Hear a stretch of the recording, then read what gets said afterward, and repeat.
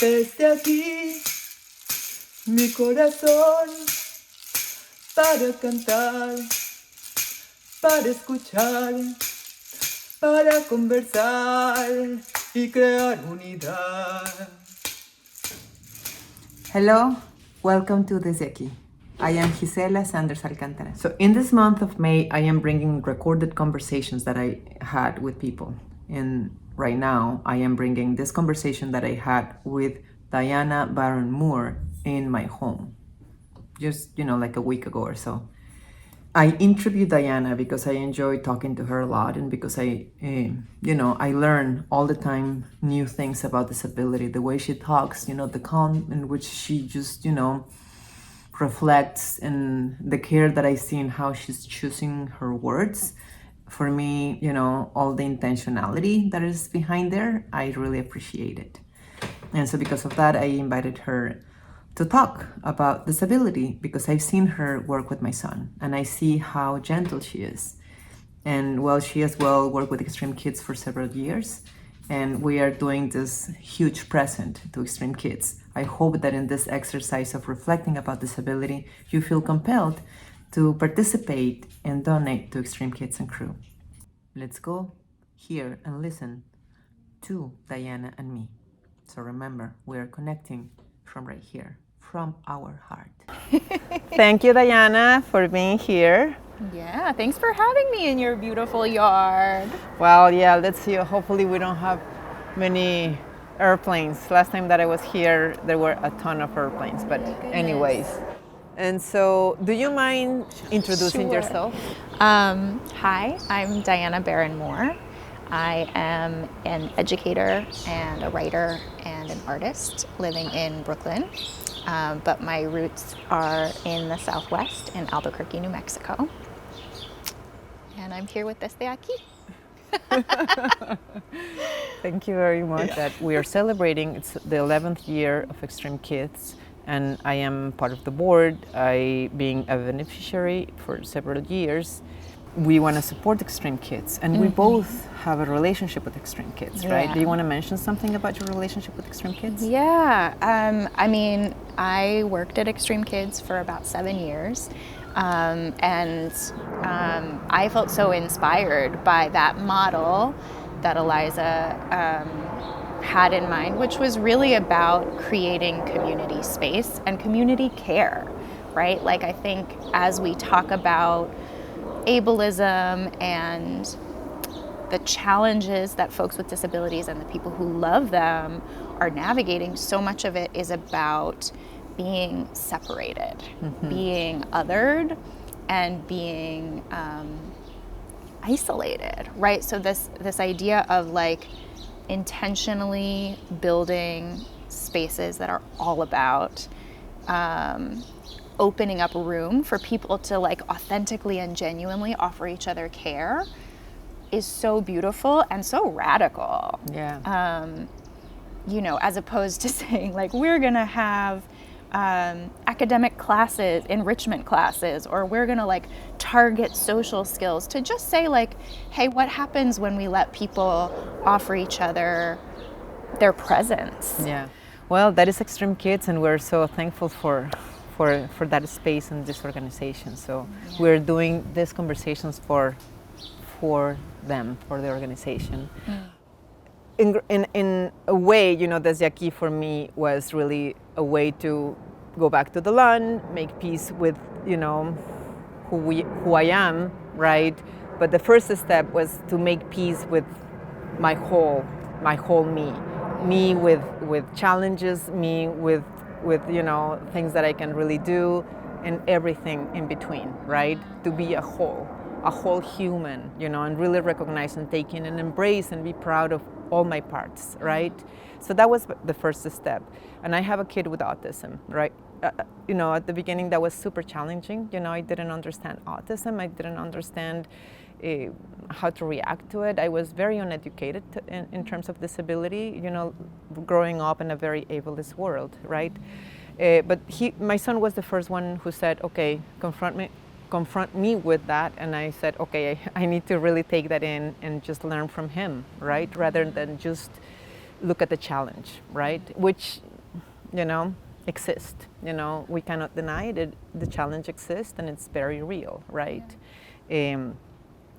So that was the first part, right? And so once I make peace with my disabilities around me and my own disabilities, that as I age, I need my glasses to look at what I have like next to me, because I can see good far away, but not like anything that is very close to me. But yeah, so that was the first step, make peace with all those parts. And then we both know that I invited you to be part of a podcast production, right? Tell me about it. You said no. I want to know why you said I cannot participate with you. Yeah. Well, I think I had so much appreciation for the approach that we were taking together. We did a few weeks of work together. We were thinking about the scope of the project and what it was that you wanted to accomplish, what it was that I wanted to bring. And, I think inside of our conversation about disability as a culture, there are a lot of very loud voices of people who are in caregiving roles and people who are in familial roles to folks who have disabilities. And there's sort of a long history of those people having the loudest voices and having the voices that get listened to when policy is made. And so as we were talking about creating something, that was really present for me, was thinking about like, what does it mean for you and I to work together to create something about disability when both of us have experiences of certain kinds of disability. I have mental health issues that have impacted all parts of my life and have been really central to my story. And also, we know that the spectrum of impact is broad, right? Like for me, the impact of having mental health issues has a certain footprint on my life. And for a person who has higher support needs, their disability may impact them in a much more thorough and profound way. Yeah. So I said no, partially feeling like it was really important for a person who has disabilities to be at the center of creating our narrative and our conversation, driving our conversation around disability right now. Yeah, and actually I really, really respected that. I really appreciated that you were super honest, that you were saying, I do want to participate, but I'd rather be following someone who's really experiencing disability rather than just us that we're more kind of like in the margins, or that we're not experiencing, higher needs. Right? Well, and I think there's something really particular about the role of being in a caregiving position, right? Like there's a set of priorities that we might have as people in caregiving roles that are not always aligned with the priorities of a person who is experiencing disability personally. Yeah. Disability is something that is very common. Just getting you ready. Okay.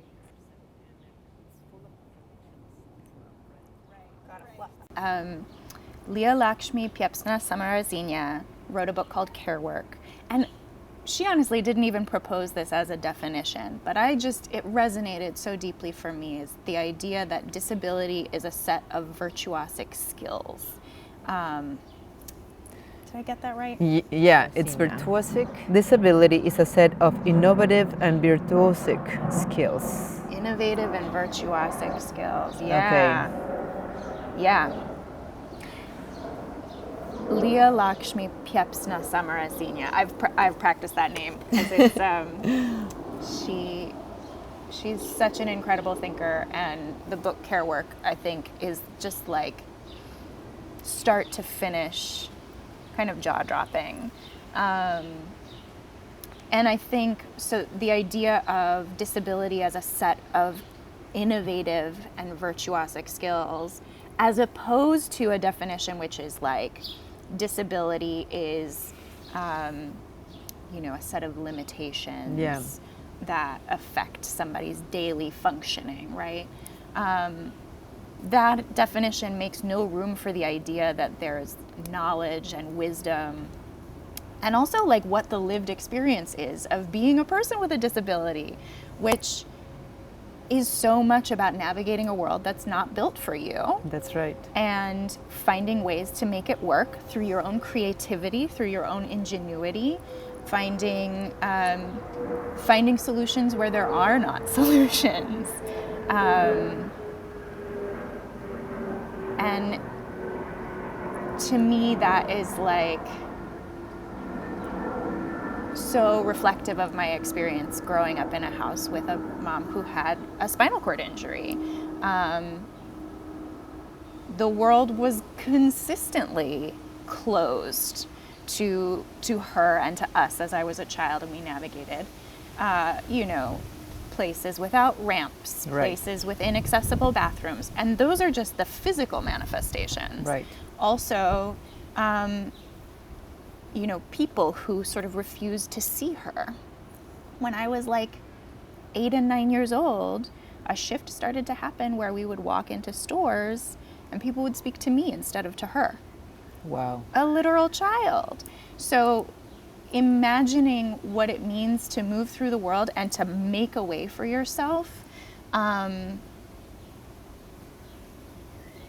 like at every turn, and both the incredible like creativity that shows, and also how exhausting that must be.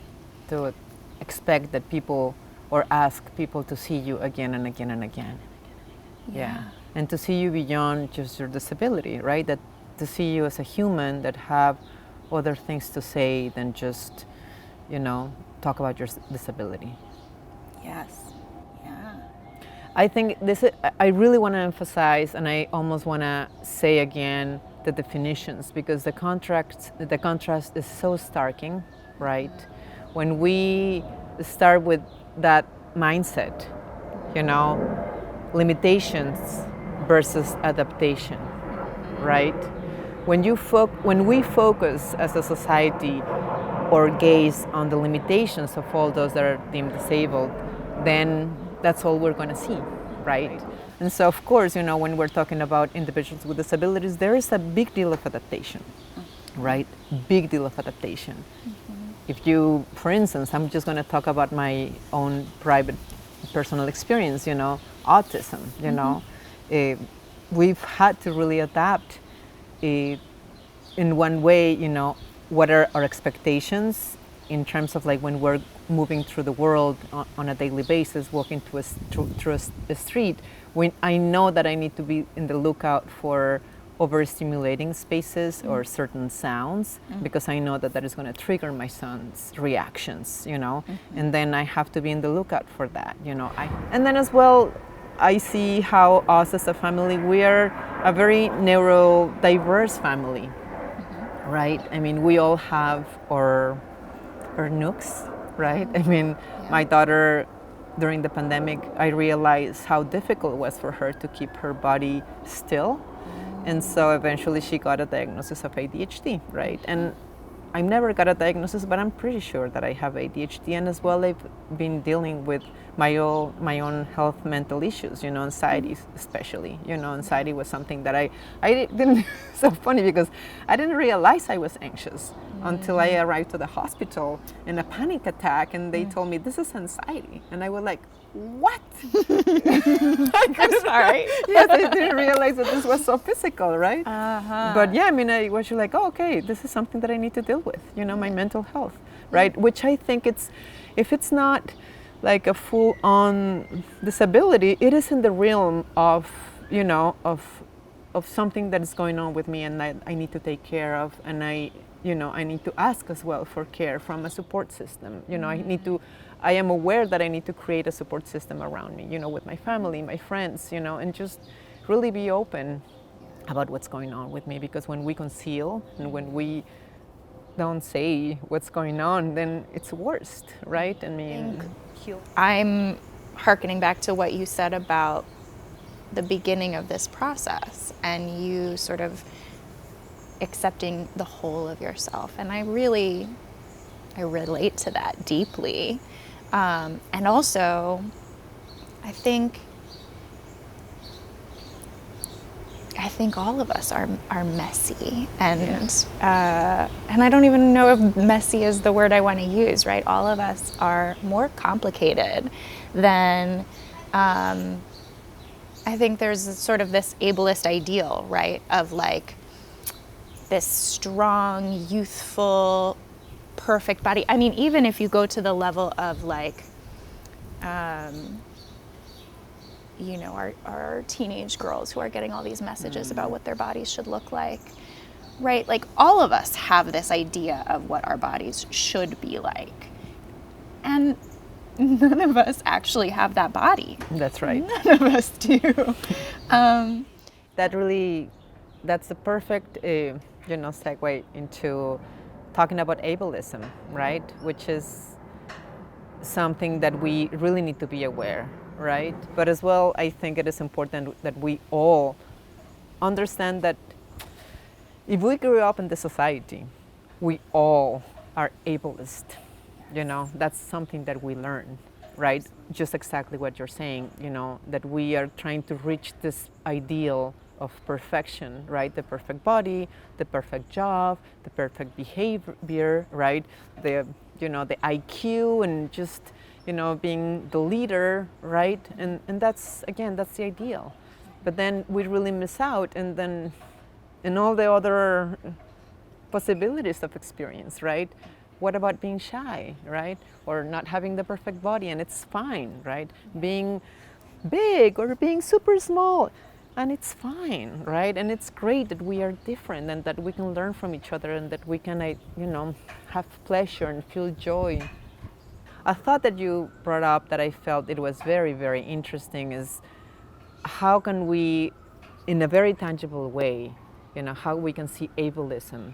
And you mentioned the pandemic, right? Yeah. And so who was just hit the hardest, right? The most vulnerable communities, right? There's so many things to point out about the way the policy around COVID-19 has over and over again left people with disabilities out, including during the height of the pandemic. There were triage protocols that were proposed that would take ventilators away from people with disabilities because they had a lower quality of life, right?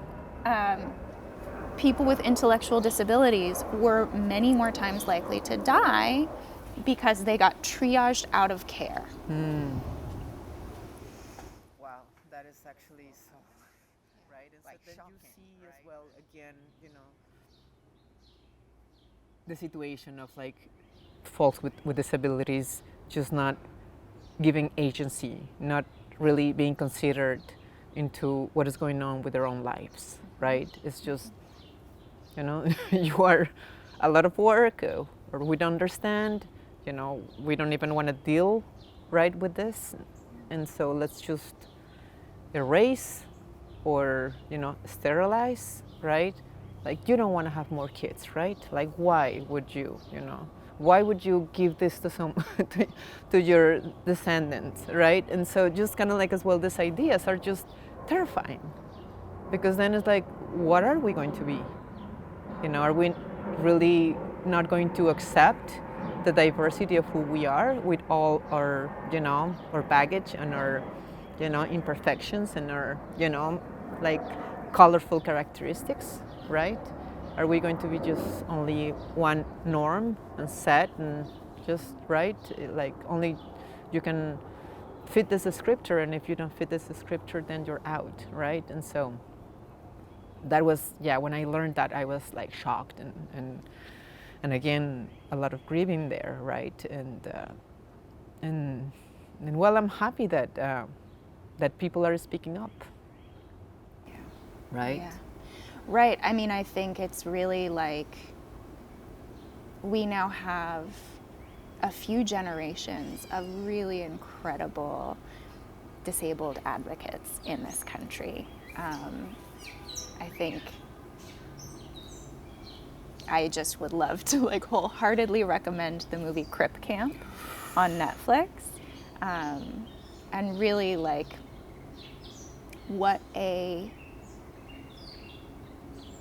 amazing person Judy Heumann is. Oh my God, Judy Heumann. Wow. Wow, She's right? such a warrior, right? Really and truly, really and truly. And I think, I mean, again, coming back to that idea of community, part of what I thought was so powerful in that documentary was really a connection that felt so clear to me was like, here were all of these young people who had been given a very cut down idea of expectations of what was possible in their lives. And by having a community of other disabled people where they could meet their own needs, right? Like that footage from the camp itself was my favorite part of the whole movie. Yeah. Watching and seeing how their meetings would go late into the night so that all of the people could speak, including those who spoke slowly. Like radically orienting towards including everyone. Right. Is not efficient. Right. Is not cost effective, but is so worth it. Is so worth it. And I think that comes from realizing that people's value is not what they can produce, and that the goal is not to produce the most, the fastest. Efficiency, what's the point of efficiency if only a very small percentage of the people on this planet get to participate? That's right. That's right. Disability is so much, right? It's not only, it's autism and being blind and, not being, it's so vast. So vast. It's so yeah. vast. I mean, I think that's part of what makes it so tricky when we think about like advocacy efforts and activism in the disability community is that like often the desires and the needs of different communities are not the same. Like thinking about autistic self-advocates who are saying, please stop researching or trying to change this part of me. That's right.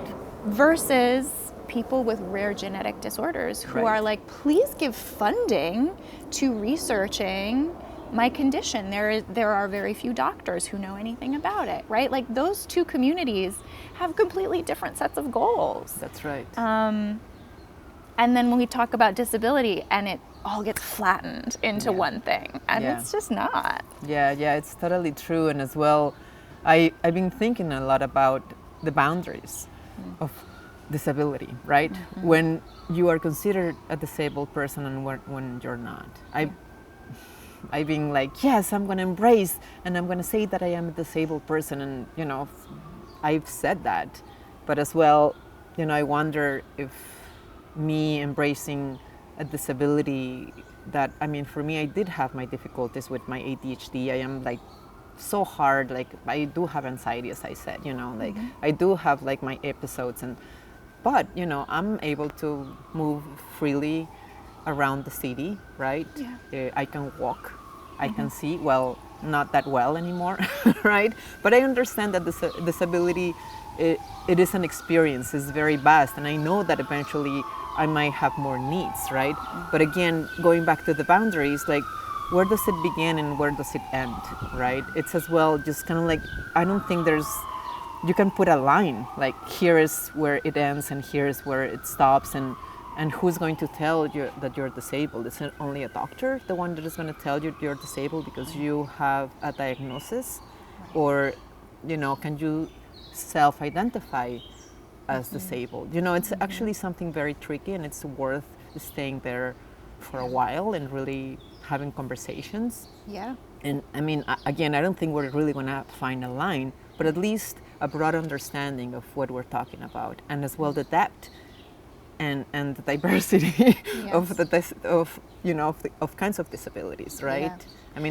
Yeah. I think this makes me return again to the idea of like helping people to connect with one another, because I think you and I are both part of a couple of generations of women who came up during an era where autism, I mean, ADHD wasn't even really a diagnosis that was getting thrown around. I was just disorganized and couldn't stop.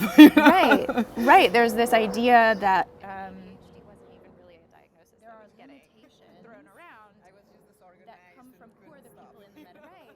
Right. There's this idea that there are limitations that come from who are the people in the medical field, right? So the autism diagnosis criteria has been completely built around the way autism presents in boys. Right. And there are now all of these women who are connecting online and getting late in life diagnoses, and also a lot of women who are self-diagnosing and having this conversation of like, what does it mean that I know this about myself and I don't need a doctor to tell me this thing that I know so clearly in my own experience? That's right. I mean, I think if we use the Webster's definition of disability, that says, no, the doctor has to tell you. That's right. And because this is just a conversation to really create more awareness about what it is that disability is, right? Anyways, Diana, thank you very much. Thank you very much. Thank you very much. Oh, thank you. It's always such a pleasure to talk. Well, and Desde Aqui. Diana and I spoke for so long that I had to break that conversation into two pieces. So stay tuned, because the other part of the conversation is coming soon. See you in the next one. So remember, we are connecting from right here, from our heart.